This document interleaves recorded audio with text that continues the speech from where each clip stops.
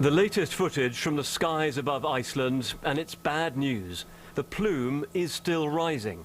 Even now, the eruption is powerful enough to force a new stream of ash high into the air, and the winds keep pushing it towards Europe. Satellite pictures track the clouds. There are breaks and gaps in the plume. What's hard to calculate is exactly how dangerous it is. But tonight we got the first worrying answer. A British research plane has been investigating.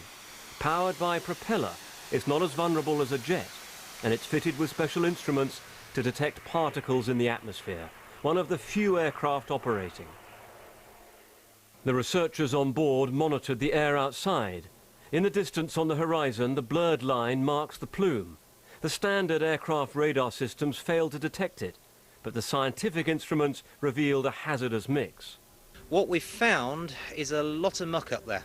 Below 10,000 feet, which is where we've been operating today, we've found 3 distinct layers of volcanic residue. Speaking as an aeronautical engineer, I wouldn't want to be putting a big aeroplane up there at the moment.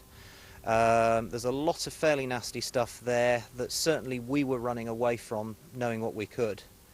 The key thing now is what happens in Iceland, and all day the volcano has kept on erupting. The latest research reveals how the molten rock is bursting through a layer of ice that's at least 100 meters thick, and it's coming through in 5 different places. This is a process that's generating huge amounts of ash. Now, this microscopic image is one of the first samples. The particles are dangerous to aircraft, but not said to be hazardous to people.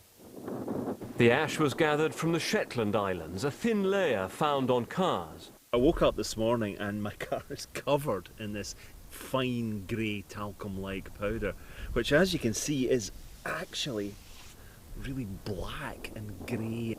Health experts say that for most people the risks are very low. The biggest problem is the plume's impact on flights and the risk that this could drag on.